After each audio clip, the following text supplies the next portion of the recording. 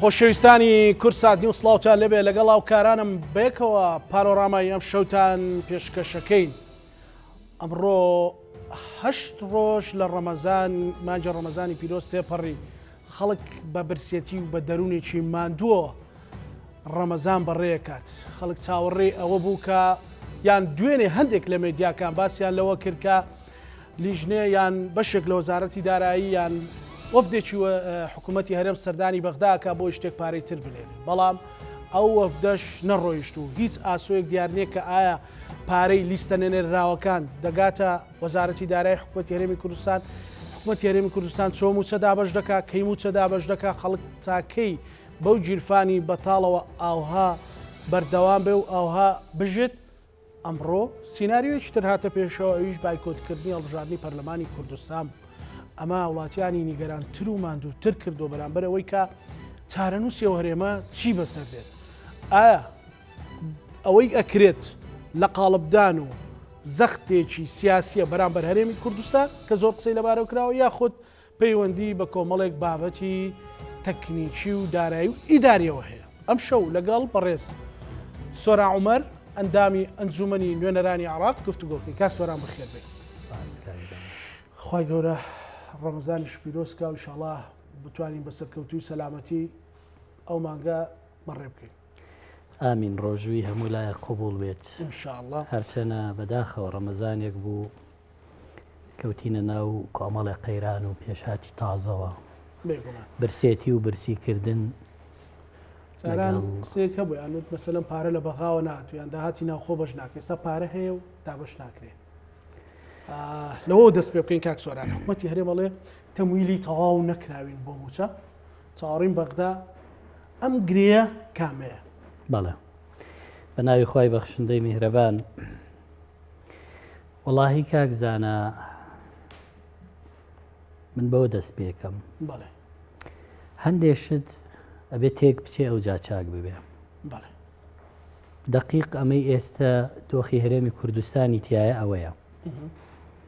ئەنێ بێ بەلایە کا بکەوێ مەجای مستەکیناتی تیانەمەوە. وا هەستەکەم ئیتر وازەحە بە جۆرێکی لێ هاتووە کە ئەگەر تەماشا بکەین تا ئێرە هاتووە بە جۆرێک کە قەیران بە قەیرانە سپێردرێ و دەمێکە هەرێمی کوردستان ئیدارەی ئەزمادا ئەم مانگە درێژەکاتەوە بۆ مانگێکی تر، ئەم قەیرانە دەستپێرێ بە قەیرانێکی تر. ئەمە دەرەنجامە، ئەمەی کە لە هەرێمی کوردستان ڕووەدا دەرەنجامی حکومڕانی 30 ساڵی ڕابردووە کە بەم ڕۆگەیشتووە. کاتێک نەو دەرهێنرا و ترا ئێمە خۆمان بووین بە سەرچاوەی ئابووری سربەخۆ، دەتوانین خۆمان بژێنین باشتر لەوەی عێراقەماندا تێ، جوانتر لەوەی کە پێشتر هەبووە. سۆران ببوورە ئەفوکە لەگەڵ ئەوەیە ئەو بیر نەچێتەوە باز لەوە ئەکرێ کە ئەم ئابووری سربەخۆی ئەم ڕیفراندۆمە ئەم ڕێگایە پیشاندانی ڕێگایە بۆ ئەوە بوو کە هەرێمی کوردستان بگاتە ئەو سەرخەرەندە یاخود ئەو تونێلە تاریکە. بڵێ ببورە. زۆر کەس لە ئۆپۆزیسیۆن، لە خەڵکی خەمخۆر، لە ڕێکخراوەکان ڕەخنەی زۆریان لە 10 ساڵی ڕابردووش حیساب بکەی، چکە ئێمە لە 10 ساڵی ڕابردووە لەگەڵ عێراقا کەوتینەوە بڕینی بەشە بوو جە و کێشەی نەوت و تەسلیم نەکردنی نەوت و ناهاتنی بەشە بووجا. لەم 10 ساڵەی ڕابردووە زۆر قۆناغی سەخت خەڵکی کوردستان تێیپەڕاند. دقیق مانگی 3 ساڵی 2015 9 ساڵ لەمە و پێش گەشتوینەتە 16 3 2015 حکوومەتی هەرێم موچەی مانگی یەکی نەداوە. دوای 9 ساڵ هەمان دۆخە درێژ کراوەتەوە. خەڵکی هەرێمی کوردستان بە هەموو ئەو ناڕەحەتیە هێشتا 10 ساڵیش حیساب بکەی ئەوی تری لێگەڕێ تا 2013 کە یاسای بودجە هەبوو تا ڕادەیەک باش بوو بە شەبوجەی تەواوەتی لە عێراقەوە ئاهات بەڵام کاتێک کە هاتن وتیان ئێمە زیاتر لەوە دێنینەوە بۆچی ئەم نەوتە جوانە خۆمان دەری دێنین بیدەین بە عێراق لە سا حەفدەکەی بۆ کردوین بە 12 و 13 و بەو جۆرە شەمانداتێ خۆمان زیاتر دێنین لە یاد ماشتی هەورامی یەکێک لەو مژدانەی لە پەرلەمانی کوردستان ساڵی 2014 ڕایگەیاندەوە بوو کە هەرێمی کوردستان چۆتە سەر نەخشەی جیهانی وزە ئەم نەخشەی جیهانی وزە گەورەترین پارێزگاریە لە هەرێمی کوردستان لە بوونی هەرێمی کوردستان و ئیتر لە مەولا کەس ناتوانێت دەست درێژکا بۆ هەرێمی کوردستان چونکە لەسەر نەخشەی وزەی جیهانی زۆرترین نەوت و غازمان هەیە دەمان پارێزن دەرکەو نە ئەوەی کە لە بەغدا زیاتر دێنێ وایە هێنای بردی بۆ خۆیان نەیاندا بە میلەت نە ئەوەی کە لەسەر نەخشەی جیهانین و پارێزراوین ئێستا هەندێک سەرمایەدار لە وڵاتە لە ماڵی خۆیانە ناوێرن بخەون لەبەر ساڕوخ و درۆن کامە پارێزراوی نەخشەی جیهانی یەک کێڵگەی غازیمانەیە وەختێکە زانی ساڕوخێک لێدا و کارەبامان پەکەخا لەبەرەوە دەرکەو هەموو ئەمانەی کە وتراوە هیچی ڕاست نەبووە بۆیە دەرەنجامی ئەوەی کە بە 10 ساڵ نەیانتوانی ئەم گرفتانە چارەسەرکەن ئەم قەیرانەی ناویان نا ئابووری قەیرانی ئابووری بە جۆرێکی لێ بکەن کە خەڵک تەنها داواکاریەکەی زانی موچە بووە 10 ساڵە 10 ساڵە ڕێک خەڵکی هەرێمی کوردستان داوای موچاکە لە کاتی خۆی بەو بڕێی کە مافی یاسایی خۆیەتی لەم 10 ساڵە بەو بڕێی کە مافی خۆیەتی پێی نەدراوە لێی پاشەکەوت کراوە پاشەکەوت ناوێکی بێمانە بوودایاننا لیان بڕیوە و تەواو خورا یان ساڵ 9 مانگ بووە باشترین حاڵەتان 9 مانگ بووە لەم 10 ساڵە هەرێم زۆرترین نەوتی فرۆشتووە زۆرترین موچەشی بڕیوە زۆرترین دواکەوتنی موچەش هەبووە زۆرترین پرۆژەش وەستاوە کەمترین ئاوەدانی هەبووە زۆرترین هەژاری خەڵک ئێستا لە هەرێمی کوردستانە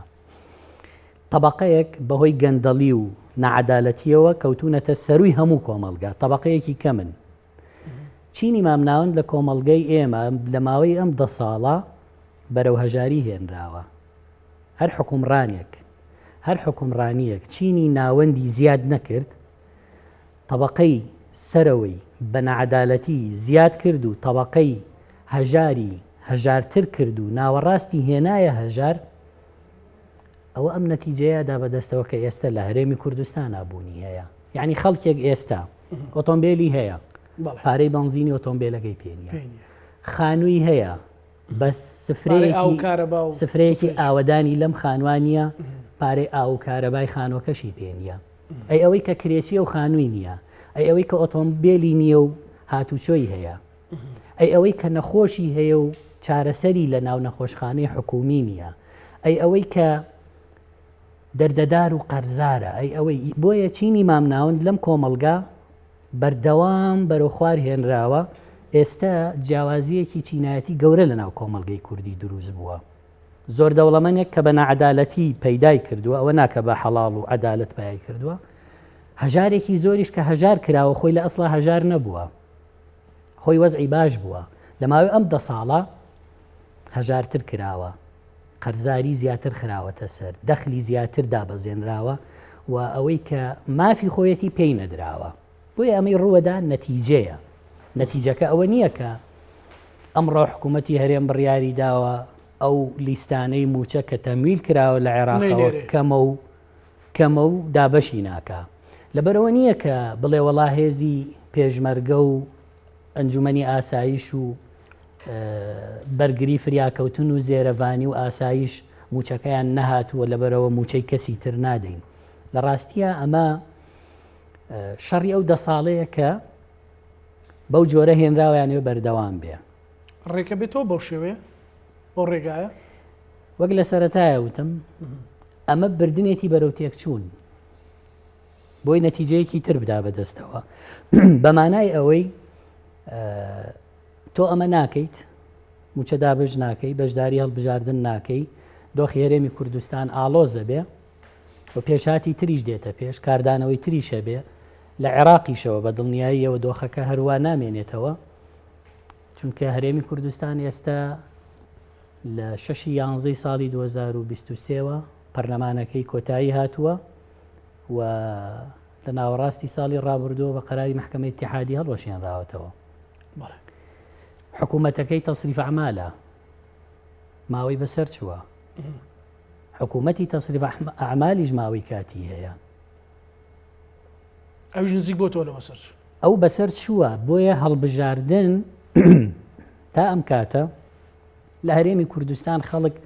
پەنای بەوە نەبردۆ تونند و تیژی بکە لە داواکردنی مافەڕەواکانیە مامۆستایان 4 مانگ لەسەر جادە بوون زۆر بە ئارامی داوای مافی خۆیان وتووە سەر ڕایەوەی کە دروشمی جۆرا و جۆریان وتۆ بەڵام داوای موچەیان کردووە لە کاتێکا بوو داوای گۆڕینی ئەم نیزامە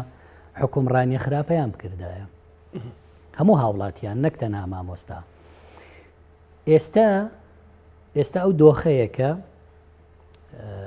خۆی بە تەبیعی حکوومەتی هەرێمەوە گوتم پەرلەمانی نەماوە ئەنجومەنی پارێزگا بۆ پارێزگاکان و حکوومەتی مەحەلی نەماوە و کۆمیسیۆنی پێش هەڵوەشانەوەی پەرلەمانیش کۆمیسیۆنی هەڵبژاردننی وادەی تەواو بوو لە 2019ەوە ئامادە نەبوون کۆمیسیۆنەکە بخەنەوە سەر پێی خۆی ئێستا گلەی لەوە هەیە کۆمیسیۆنی عراق بۆچی هەڵبژاردن بکە ئەی کۆمیسیۆنی کوردستان لە 2019ەوە تەواو بوو بۆ نەهاتن ڕێکەون کە کۆمیسیارەکان جارێکی تر دابنێنەوە لەبەرەوەی ترس لەوە هەبوو خۆت زۆری نەنیت لەبەرەوەی پێدوا بوو هێزێک کورسیەکانی کەمی کردووە دوو کۆمیسیاری نابێ ئەبێ بە یەک بێ لە نەتیجە لە 2019 کە تۆ کۆمیسیۆن وەک خۆی هێڵیتەوە بە ماوە بەسەرچووی لە 2024 ئەو قەرارەی لەسەر دەرەچێ کە شەرعیەتی نەماوە و پەرلەمانیش نەماوە و درێژکردنەوەکەشی نایاسایی بوو تۆ کاتێکە ئەم دامەزراوە ڕسمیانەت سەرۆکی دەستەی نەزاهەت تەواو بووە چەند ساڵە سەرۆکی دیوانی ڕقابەی مالی ئەزانی لە عێراق بەو هەموو تێبینیەی هەمانە لەسەر گەندەڵی لەسەر ئەو ئاقلیەتە شۆڤێنیە لەسەر ئەو هەموو میلیشیایە بەڵام تەوقیتاتی دەستوری قانونی زۆر پێوەی پابندن واتە لە عێراق هەڵبژاردن بەم 5 خولەی ئەنجومەنی نوێنەران لە ماوەی 20 ساڵە لە کاتی خۆی 4 خولی هەڵبژاردن ئەنجام درراوە خولی 5ەم پێش خراوە نەک دوا بخرێ بە شکلیش بێ دەستا دۆسی دەسەڵات کراوە بۆ بە شکلیە سەیرم کە من تەسەورەکەم ئەو شکلیە نییە کە ئێمە پێی بڵین شکلی ئەزانی ئەیاد علاوی لە زەمانێکا 92 کورسی هەبووە 92 کورسی هەبووە کە سەرۆک وەزیران بووە نیان هێشتۆ حکوومەتیش تەشکیلکە ئێستا بە گۆچانێکەوە بۆ خۆی تەقاعیدە لە ماڵەوەیە ینی یەکێک 92 کورسی هەبێ ئێستا خانەنشین بێ لە ماڵەوە کەواتە بۆچی تەداولی سوڵتەنیە ڕاستە میلیشیان هەیە ڕاستە ئەوان حەشدی شعبیان هەیە ڕاستە ئەوان عەقلیەتی مەزهەبی و شۆڤێنیان هێشتا حزوری هەیە بەڵام هەر ئەو محکەمەی ئیتیحادیەی کە لێرە گلەیی لەسەرەکرێ سەرۆکی پەرلەمان کە نوێنەری یەکەمی سوننەیە لەسەر سکاڵای پەرلەمانتارێکی کوتلەکەی خۆی لە پۆستەکەی لابە تەواو محەممەد حەلبوسی ئاوە دانیشتە بوو ئیدارەی جەلسە بدا و جەلسە دەست پێ بکە سکرتێرەکەی هات شپاندی بەگوێ وتی محکەمەی اتحادی قەراری داوە تۆ لە ئەندامەتی پەرلەمان دوور بخرێتەوە ئەندامەتیت لە دەست داوە بە سەبەبی سکاڵاکەی لەیست و لەیمی ڕێک 4 کەلیمەی پێشکەش کرد داوای لێبوردنی کرد ئێمە چەند ساڵە پێکەوەی ئەگەر قسوورێک هەبوو بێ ببورن ئێمە بەرگریمان لە وڵاتە کردووە لە پێناوی یاسا و دەرچواندنی یاسا و سەروەری یاسا و ئێستش قەرارێکی وا دەرچووە جارێ هەر پێم وتراوە تەفاسیلەکەی نازانم و خەحافیز کە ڕۆی نەچوە ژوورەکەی خۆی یەکسەر ڕۆی تر نەگەڕایەوە ئێستشەوە بە ئێستەشەوە بۆیە لە عێراقا هیچ هێزێک بەتەنیا دەستی بەسەر حکومڕانیە نەگرتووە. هیچ هێزێک بەتەنیا دەستی بەسەر حکومڕانیە نەگرتووە بۆ مودەتێکی زۆر. سەرۆکوەزیران مالیکی توانیوێتی دوو خول بەردەوام بێ،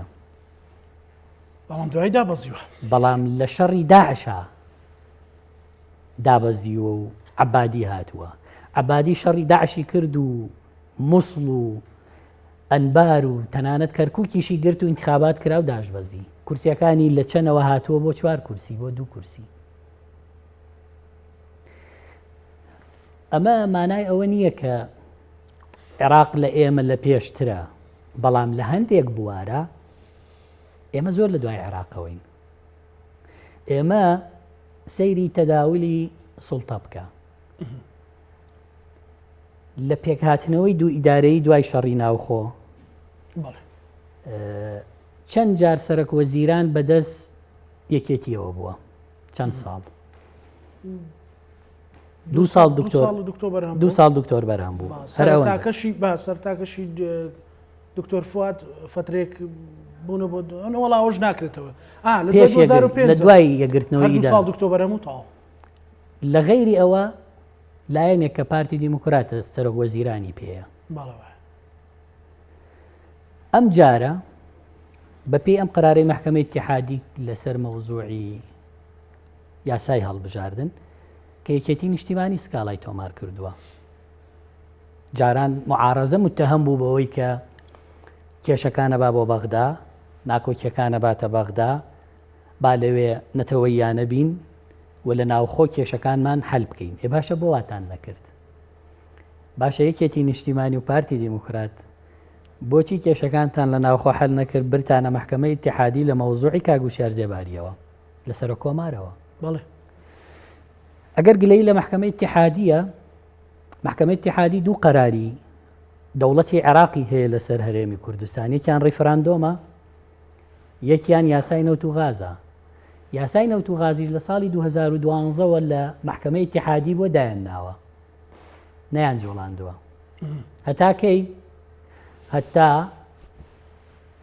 یەکێتی نیشتیمانی ڕۆی لە کاندیدی پارتی دیموکرات لە مەحکەمەی ئیتیحادی سکاڵای کرد بۆ مەوزوعی سەرۆک کۆمار. لەوێەوە مەحکەمەی ئیتیحادی دەستکراوە بووەوە لەوەی کە داوا لەسەر هەرێمی کوردستان وەربگرێ. مامۆستایانی ناڕازی چون داوایان کردووە لەسەر موچەکانیان. نەوەی نوێ سکاڵای کردووە لەسەر یاسای درێژکردنەوەی تەمەنی پەرلەمان کە هەموو کەسەی زانی ئەو درێژکردنەوەی نایاساییە. یەکگرتووی ئیسلامی و مامۆستایانی ناڕازی وەگوتم لەسەر موچەک سکاڵایان کردووە و خانەنشینان چوون لەسەر یاسای خانەنشینی کە یاسای خانەنشینی هەرێم ئێمە زۆر هاوارمان کرد لە خولی چواری پەرلەمانی کوردستان. ینی هیچی ئەوە نەبوو بڵێم پەرلەمانتارێکی عەرەبیان کەسایەتێکی عەرەب بڕوا ئەوە بکە و بڵێن ئەوە کراسێکە دووراوە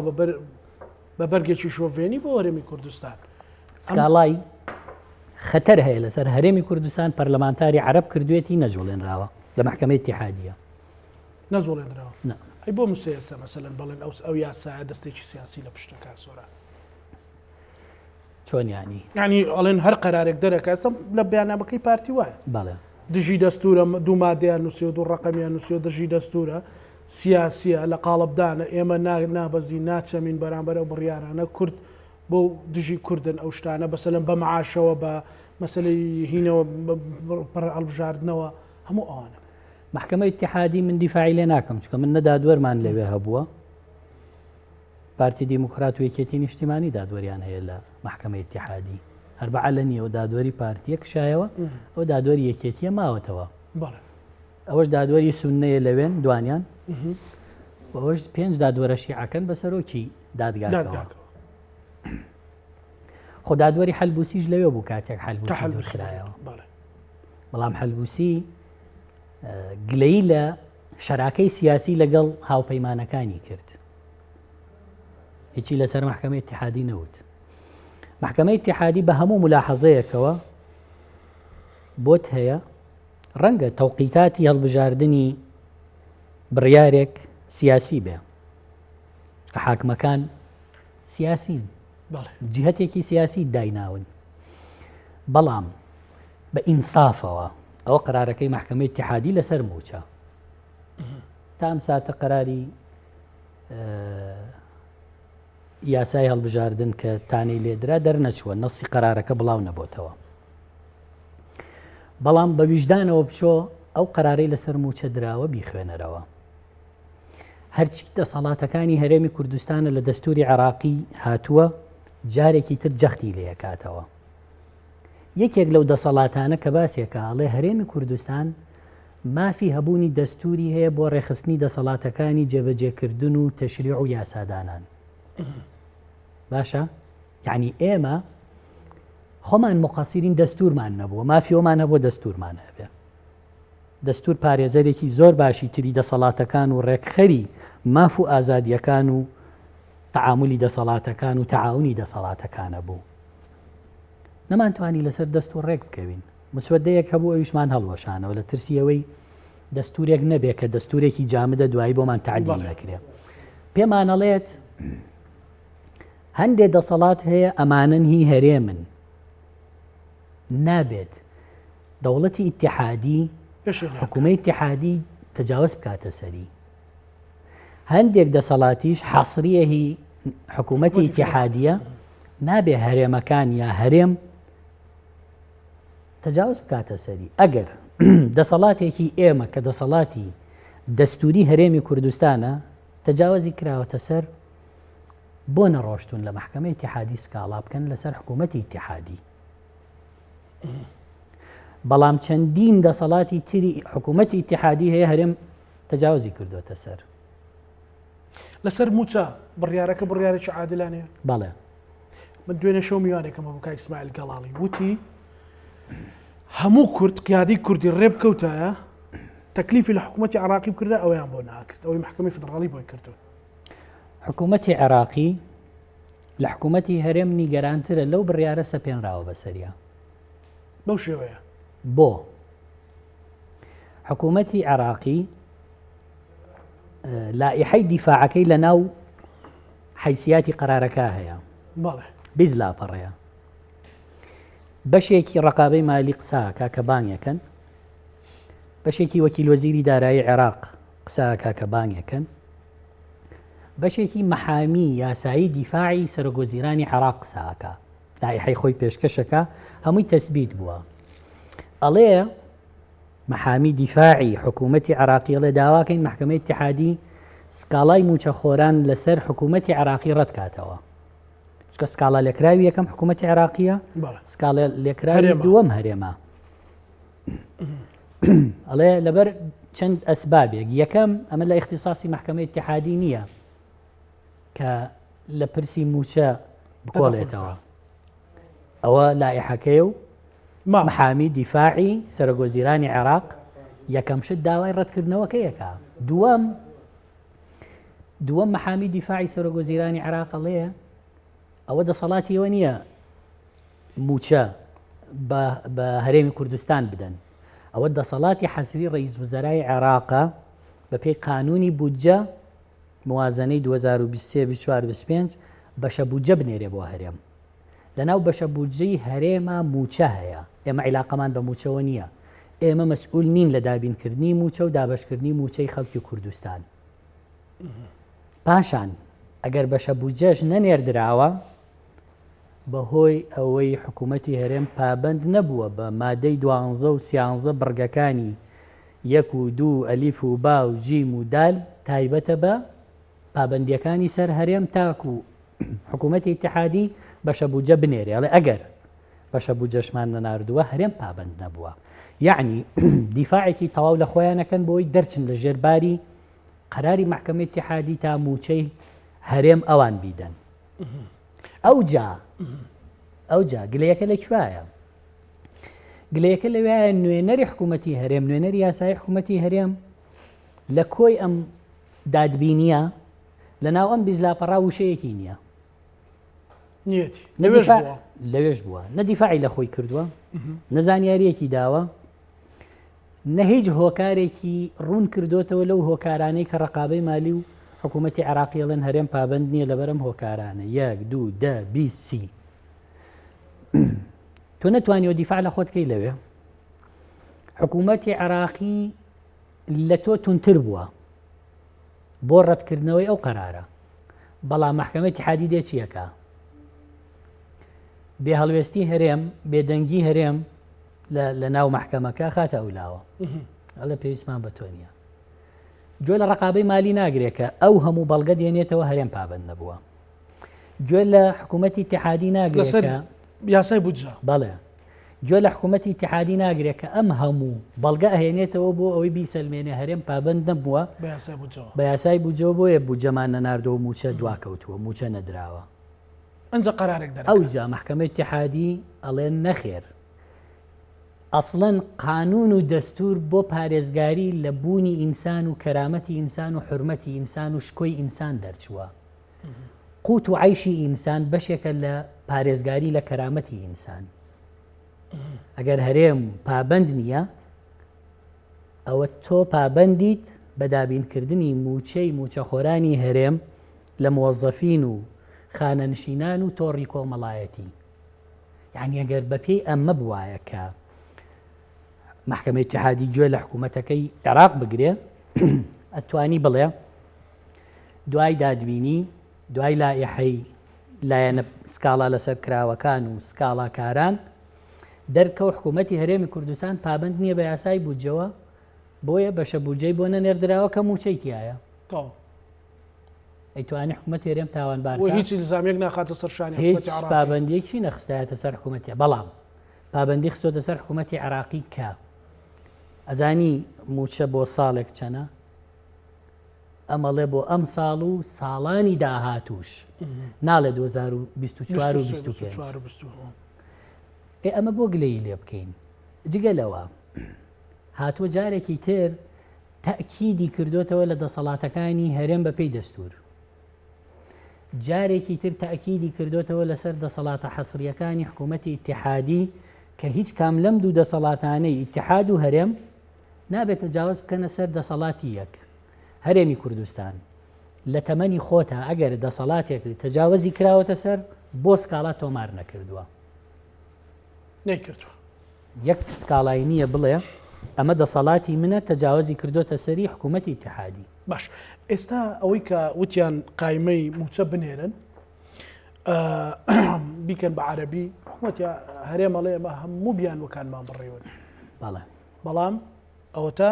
پارەی تەواویان نەناردووە دوێنێش تەکی دەکاتەوە لە بەیاننامەی درەنگانی شەوە ئەڵێ ویستویەتی جیاوازی دروستکا لە نێوان مۆزەفینی هەرێمی کوردستانە ئەوەی بەدواداچوونت کرد بێ وەکو معلومات لای کاک سۆران ئەوە بوو. من کاکزانە ماوەیەکی زۆرە خەریکی بەدواداچوون بووم لە ڕێگای وەزیری نەوت هی عێراق بەڵێ دیوانی چاودێری دارایی عێراق وەزیری دارایی عێراق سەرۆک وەزیرانی عێراق لەگەڵ ئەم چوارجیهەتە فەرمیە لە بەدواداچوو نابووم بۆی بگەم ئەنجامی ئەوەی ئەمە چیە لە نێوانی هەرێم و بەغدا کە قوربانی گەورە خەڵکی کوردستان و موچە خۆرە. ڕەنگە زۆر کەس گلەی بکە بڵێ کاکە ئێمە موچەمان لە وڵاتانە بۆ هەرباسی موچە خۆرەکەن. ئەزانی کاتێک کە 1,200,000 کەس لە هەرێمی کوردستان موچە وەرەگرێ ئیباتە بازار واتە هیچ خێزانێک یا کەم خێزان هەیە لە ناو هەرێمی کوردستانە کەسێکی لە 1,200,000 بێ کەم خێزان هەیە ناڵێم هەمووی بەڵام ئەوەشی لە ناو ئەم 1,200,000 کاسبە لە بازاڕە کاتی ئەم 1,200,000 هەموو مانگە گیرفانیان پڕەبێتن لە بازار بەتاڵێکەنەوە ئەوان مستەفی دەبن لە بازار. ئەگەر موچە خۆر پارەی پێ نەبێ کاسبکاریش ئیشی نابێ دوکان و بازاڕیش ئەوەستەیە وەکوێستەکە وەستاوە وەکو ئێستا. بۆی بزانم ئایا نەتیجەی ئەم دۆخەی دروست بووە ئەم بابەتە چییە یعنی چونکە بەداخەوەی لەم حکوومەتی هەرێمی کوردستان داتا و زانیاریەکانی دروست نین. ئەوەی هێناوێتی بۆ بەغا ئەوەی بە لە ڕاگەیاندن و بە خەڵکی وتووە چکە ناڵێم بە پەرلەمانی کوردستانی دا چکە من خۆم 7 ساڵ لە پەرلەمانی کوردستانە بووم هیچ داتا و زانیاریەکی دروستی حکوومەتمان نەبینی و بە ئێمەشیان نەداوە لە نەوت لە داهاتی ناوخۆ نەوتی و نانەوتی لە میلاکات لە لیستی موچە لە خانەنشین لە هەموو ئەمانە و یاسای چاکسازیش لە ئەساسا کاتی خۆی من یەکێک بووم لەوانەی زۆر ئیشم لەسەر کرد سەرەتا لەسەر خانەنشینی نایاسایی دوای گەورە بوو پرۆژەکە وردە وردەوای لێ هات حکوومەت تەبەنیەوە بکە کە ئەم مەسارە لارە خراپەی کە هاتووە یەکێک لە کۆبوونەوەکانی لیژنەی دارایی لەگەڵ سەرۆکایەتی ئەنجومەنی وەزیران لە کابینەی هەشت ئەو کاتە کاک نێچیرەڤان سەرۆکی حکوومەت بوو کاک قوبات جێگری سەرۆکی حکوومەت بوو ئاوا دانیشت بووین بەرامبەر بە یەک کاک نێچیرەڤان وتی با بە سەراحەت پێتان بڵێم ئەوەی کردومانە بەس خۆمان نەزانین چیمان کردووە ئێمە و دەستی خستە سەرشانی کاک قوبادیش هەردوو لا پێکەوە بەڵێ وتیان زۆرەکەی ئێوە و ئەوانە دوایی وتی کاکە پێکەوە کردومانە و بەس خۆمان نەزانین چەند خراپمان کردووە بە فیعلی وایە بە فیعلی بەس خۆیان نەزانن چەند خراپیان کردووە لە نەتیجەی ئەم بە دوواداچوونانە بۆ دەرکەوت چی کە لە یەک دوو ڕۆژی داهاتووە ئیشەڵا هەمووی ئەخەمە ڕوو کە ئەسڵی بابەتەکە هەر ئەوە نییە حکوومەتی هەرێمەڵێ لە بەرباری ئەمنی موچەی ئەمنی لیستی ئەمنی نانێرم هەر ئەوە نییە بڵێ ئەو لیستەی هاتووە هی هەموو موچەخۆرانی هەرێم نییە کێشەکە لەوە قوڵترە و کارەساتەکە لەوە گەورەترەکە بەوە چۆن ئەگەر سەر قەڵمێک بە بینەرەکانم بڵێ ئەڵێ بە عەرەبی لیستەکانمان ناردووە شەڵا بە زمانە بیان ناردای لی تێنەگەشتنایە چوان لی تێگەشتون زۆر خراپە ناوی دووبارە وەهمی زۆرتیە لەوە زیاتریش ئەیوتیان هیچ شکالێکی تیان نیە وەڵاهی ئەوەی ئیشکالتیایە من شەرمەکەم وەک پەرلەمانتارێکی کورد لە بەغا کە ئەوانە هەبینم ئەوەی عراق پێڵێ فەزای و بندیوار ئەوانەیە یان ناوی مکەڕەرە خۆشیان لە هەرێمی کوردستان نازانن چییە لە دەستیان دەرچووە نا هەروایە ناویانە ئەی خەلەلەکە چیە مەسەل شەرم ئەوەی کە ئینسان وەزارەتی دارایی ئاگای لە حەقیقەتی لیستەکان نییە وەزارەتی دارایی هەرێم بەشێ لەو لیستانەی هەرلا نییە بەشێ لەو لیستانەی ئەڵێ ناردوومە ئەوەندە خراپ ڕۆیوە ئەوەندە شتی نایاسایی تایە ڕاز نابێتەوە ئەوەیە کە پارەکە بە تەواوی نهاتووە هەر باشە نردویانە باوەڕ پێ هەر باشە لە سلەمی ئیداریاتە لە پلەبەندیە لە کامەیانە مەسەلەن بڵێ لە چیا کێشە نییە لە ناو لیستەکانمانە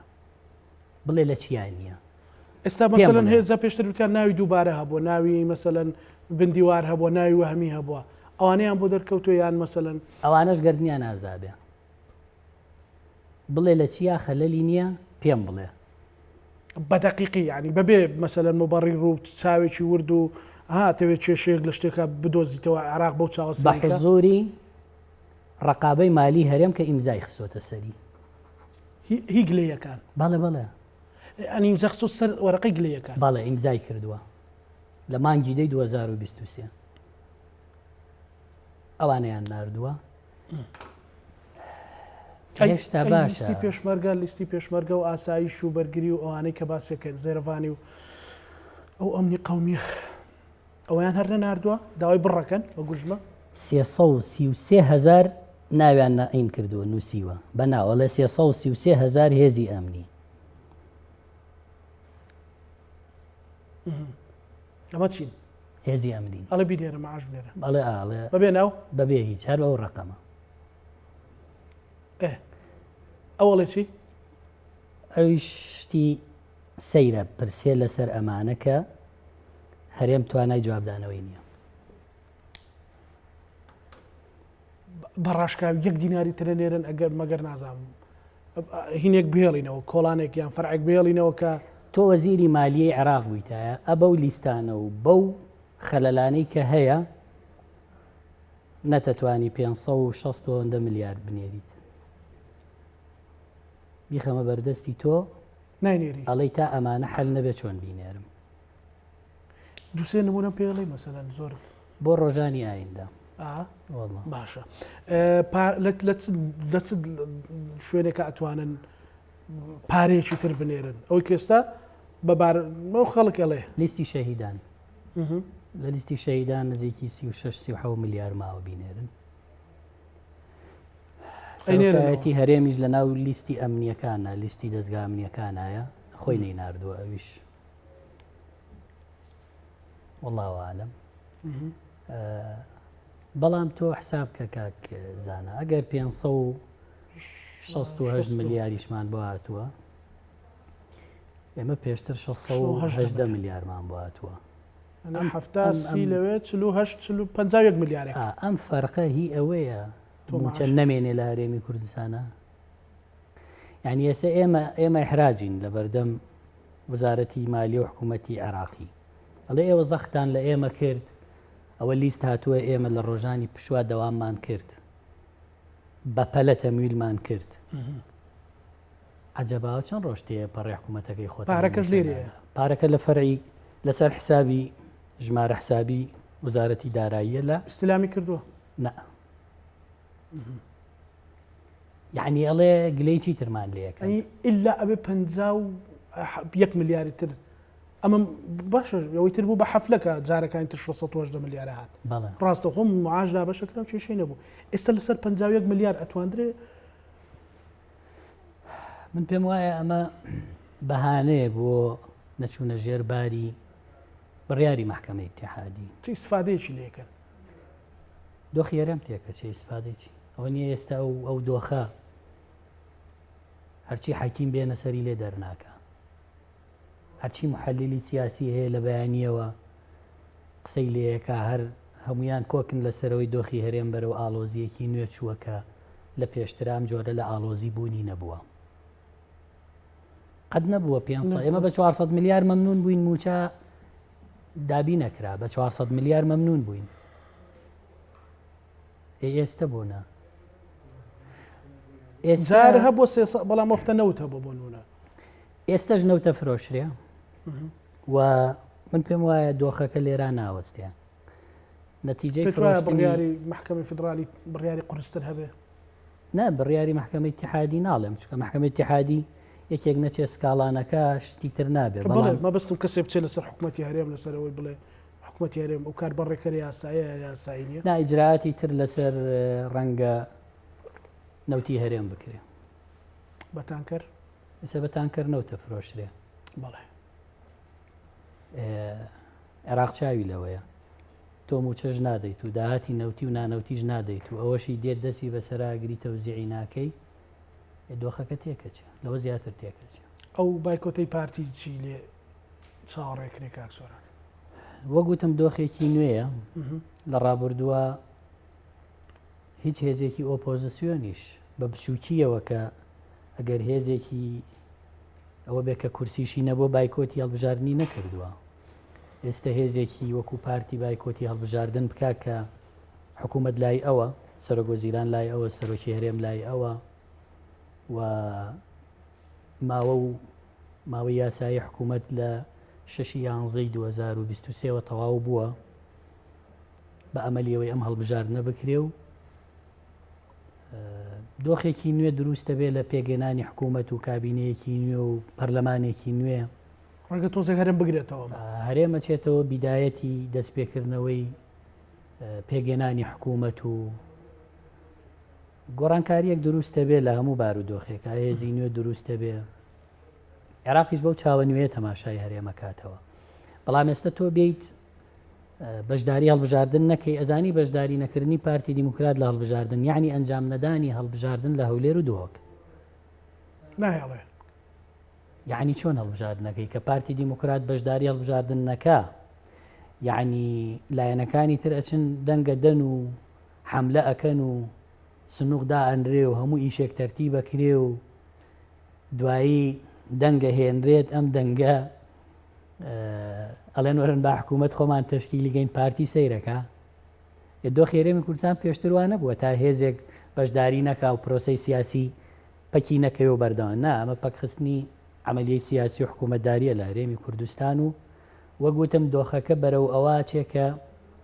تێک بچێ و نەتیجەیەتر بدا بەدەستەوە نەتیجەیە کەس پێم وانە کەس بزانێت چییە و من ڕەنگە پێم وایە بە پارتی دیموکرات کە و بڕیارەی داوە خۆشی دەرەنجامی ئەوەی کە لێیەکەوێتەوە لای ڕوون نەبێت پێت وایە هیچ هەزەیەکی ئەرزی سیاسی ببوورە لە عێراق ڕووبدا مەسەلەن مقتەدا بەهێزەوە بێتەوە بە قوتێکی هێزی سەربازی مەبەستم نییە بە قوتێکی پەرلەمانی بێتەوە و بۆ انتخاباتی داهات و تشکیلی حکوومەتی زۆری نەبکرێ و خەریتەی لە ئەو خولەیە بۆ کێشرابوو من نازانم چی ڕوەدا بەڵام ناوەکو مقتەدا سەدر چەند ڕۆژێکە دەرکەوتنی سەیری هەیە لە عێراق لە نەجەف بەڵێ ئەمڕۆ لە ماڵی سیستانی بووە دووسێ ڕۆژە بە عەبایەکەوە کە عەباکەی باوکێتی دڕاوە و پینینانی کونی تایە و بە پێ خۆیەکە بە مارکێتێکە شتەکڕێ ئەچێتە دوکانێکە و سەوزە و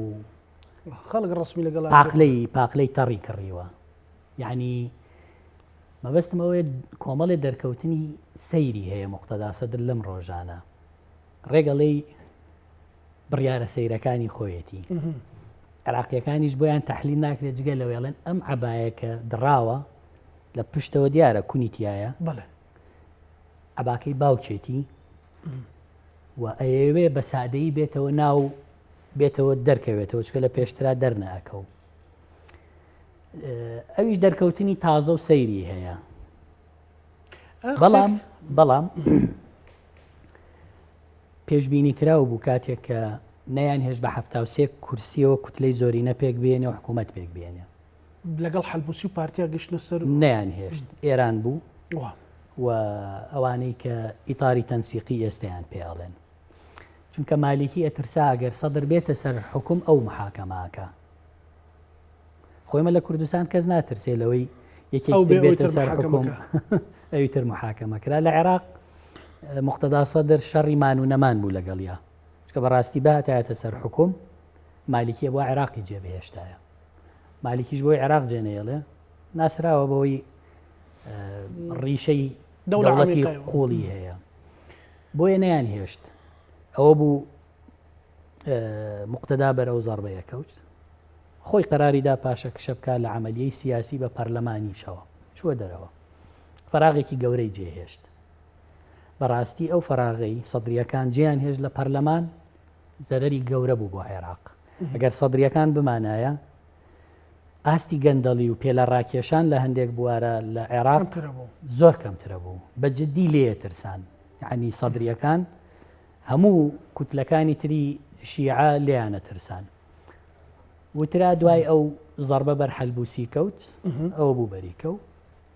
واردیش بوو کە زەربە بەر پارتی دیموکراتەکەوە بەڵام ئەمەیان خودی خۆیەتی کە بڕیارەدات تحملی ئەو تعدیلی باڵسخانە ئەمریکاش لە عێراقڵێ نیگەرانی لەو بڕیارەی پارتی نیگەرانی هەموو نیگەرانیەکان لەوەیە کە دۆخی هەرێم بەرە و نادیارە ڕوە خۆی خراپە دۆخی خراپترە بێ خراپترە بێت چی لێ ئەکەوێتەوە ئەوە دیار نیە منیش نایزانم باشە ئەکەواتە ئەوانەی باست کرد پێت وایە مەسەلەن دەرکەوتنی مقتەدا سەدر و ئەوانە جارێکی تر ئەگەر بۆن منە بەنەوە دوو کورسەکەی عەلاویشەوە بێتەوە ئەو حکوومەتی ئەو بۆ تەشکیل بێ حکوومەتی زۆرینە بەبێت تەوافق نا عێراق بەبێت تەوافق پێک نایە و ئەو تەوافقی ئێستا لە عێراق تا ڕادەیەک تێک چووە یعنی ئێمە ڕۆژی سێشەم کۆبنەوەی پەرلەمانی عێراق بوو و بابەتەکانی کە هەبوو هەم خوێندنەوەی هەندێک پرۆژە یاسا و دەنگدان لەسەر هەندێک یاسا موداخلەی باسم خەشانی پەرلەمانتار لەسەر حەلبوسی پەرلەمانی تێکدا بە یەکا و کۆبوونەوەکە هەڵگیرا و هەتا ئێستاشی لەسەر بێت و ئاخرا کۆبوونەوەکە نەگیرایەوە بۆیە پەرلەمانی عێراقیش خراپە چونکە ئێستا سونە خۆی بە غەدر لێکراوە زانێ و ئێستا پارتیشی بێتە سەر تا ڕادەیە دەتوانم بڵێم پەرلەمانی عێراق بەرەوی نەڕوات بەرەو ئیفلیسکردن نەڕوا لەبەرەوەی ئەو تەوافقەی کە سەرۆکایەتەکانی لەسەر پێگات بوو تا ڕادەیەک لەق بووە بەڵام هەندێک بەرژەوەندی لە ناو حکوومەت پارتیشی هێشتۆتەوە سونەشی هێشتۆتەوە هەلبوسیش گەڕایەوە بەڵام لە کاری پەرلەمانی نەقسێکی گەورەیە بەڵام بەرەو شێوان نەڕوا عێراق پێم وایە لە هەموو دۆخێکی ڕابردوو ئێستا دۆخی باشترە چونکە سوودانی دەسی بە ئەو پارە زۆرەی هەیەیان بوو لە 2023 بە پێی قانونی موازنە تەرکیزیان خستە سەر مەشاریع دەستیان بە مەشاریع کردو بۆ هەموو مەحافەزات بۆ بەغدا تەعیناتێکی زۆریان کردووە تا ڕادەیەک شاریعیان بێدەنگ کردووە وەکو ناڕەزایەتی شەقام ئیشەکەن ئەیانەوێ ئەو تەمەنەی کە ماوێتی لە پەرلەمان ئەو حکوومەتە بتوانێت ئینجازی هەبێ بۆی بەردەوام بێ بۆ خولی ئایندە عێراق هەرچی بێ دەوڵەتە تا ئێستا موسساتی دەوڵەتی عێراق ماوەتەوەستە ڕەغمی هەموو تێبینیەک لەسەر هەموو شتێکیان کە حەجمی گەندەڵی لە عێراق زۆر گەورەیە وەزارەت هەیە بەقەر هەرێم گەندەڵی تایە ئێمە چەندێک پێمان وایە دەواازە سنووریەکانی هەرێم قاچاقی تایە ناشەفافە پارەکەی حیزبەی بازۆرینەی بەڵام عێراقیەکان معجبن بەوەی ئێمە داهاتمان لە دەواازە سنووریەکان لەوان زیاترە ئەوەی تر بزانە حەجمی گەندەڵی لای ئەوان زۆرە بەڵام بەداخەوە ئێمەش هەرێممان بە جۆرێک لێ نەکرد کە مقەوماتی مانەوەی بەهێز بێ ئەوە تا هەرێم هێندە لاواز بووە کاتە بڵین دەرگایەک کرایەوە نازانین نەتیجەکەی چی ئەبێت چی دەرگایەکشکا 100 دەرگامان لەسەر کراوەتەوە ئێستا ئایندەیەکی ناخۆش چاوەڕی لە ڕووی سیاسیەوە چاوەڕێی هەرێمەکە و دۆخی خەڵکو و موچە خۆر و بازاڕ و ژیان بەڕاستی تەدمیر بووە ئەتوانم بڵێم خەڵک ئێستا ژیان بەس بۆ ئەوەکە بەیانی بەربانک ئامادە بکات و پەیای کاو بۆ پارچەویش خوا گەورەیە دۆخی هەرێمیان ئێستا بەم دۆخە گەیاندووە نە سەرمایەدار تایە مرتاح و ئەمینە نەخاوەن پرۆژە تایە مطمئینە نەفەقیر چاوەڕێی تێربوونە و نەسیاسیەکانیش ئەمینن ئێستا و ئەمڕۆ هەموو لایەنە سیاسیەکان بە پارتیشەوە پارتیژە و بڕیاریشی کە داوێتی لەو پەڕی مەئویسیە داوێتی لەو پەڕی قوبوڵ نەکردنی ئەو بڕیارەی محکەمەی اتحادی لەسەر قانونی هەڵبژاردن چکە دیموکراسی ئەزانی کاک زانە دیموکراسی ئەوە نییە یەکێک بە 104 دەنگەوە لە پەرلەمان بێ دیموکراسیەتەکەی ئێمە ئەوەندە موهیمە یەکێک 104 دەنگی هەیە نوێنەری خەڵک بێ بە 15,000 سەوتێک نە دیموکراسیەتەکەمان هەر شیعار بووە ئەوەندە قوڵ بووە کە وابێ ئەوە تا خۆ پەرلەمان چەندێکە نییە خەڵک بەکی کەوتووە نەخێر ئەسڵەن خەڵک پێی وایە بارگرانیەکی لەسەر لاچووە نەیان هێشتووە موسساتی پەرلەمانی کە یەکێکە لەو موسساتانەی خەڵک خۆی هەڵی بژاردووە بەس بە خەڵکی خۆی ڕەجمیان کردووە بێبەهایان کردووە هەر بە خەڵک خۆی نیان هێشتووە ڕۆڵی خۆی ببینێ یەک کەسی پێ محاسبە نەکراوە 5 خولی پەرلەمانی یەک کەس بەڵام هێشتا لە شەڕ و ئالۆزی باشترە ئەوە تا ئەگەر هەڵبژاردن نەکرێ پێمان وایە دۆخی سیاسی هەرێم بەرەو تونێلێکی تاریکە چێ بەدیلی هەڵبژاردنمان نییە تا ئێستا خەڵکی ئەمە تا ئێستا داوای موچاکە پەلای بۆ تونند و تیژی نەبردووە لەسەر مافێکی کە 30 ساڵە داوایەکە تحقیق نەبووە وەڵڵاهی ئەم سیاسیانە غەدرەکەن گوناحبارن لەوەی کە میلەتێک بەس داوای موچە بکاتۆ عێراق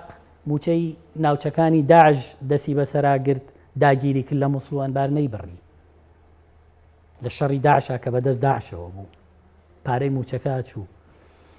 بەس ئێستا خەڵک لە هەرێمی کوردستان مانگی دەی 2023 12 موچەی وەرنەگرتووە یەک موچەی وەرگرتووە دووشی وەرنەگرتووە ئەوە سێش خەریکە تێپەڕێ دوی وەرنەگرتووە ئێمە کەی ژیان و حکوومەتداری واکرێ زۆر سپاس بۆ بەڕێستۆرە عومەر ئەندامی ئەنجومەی نوێنەرانی عێراق سپاس بۆی خی گەورە باشیکە ئینشاءالله ئامین بینەرانی خۆشەویست لەگەڵ هاوکارانم بە یەکەوە پانۆڕامای ئەم شەومان پێشکەشکردن هەموو لایەکتان ئەمانەتی خوای گەورە بن خواتان.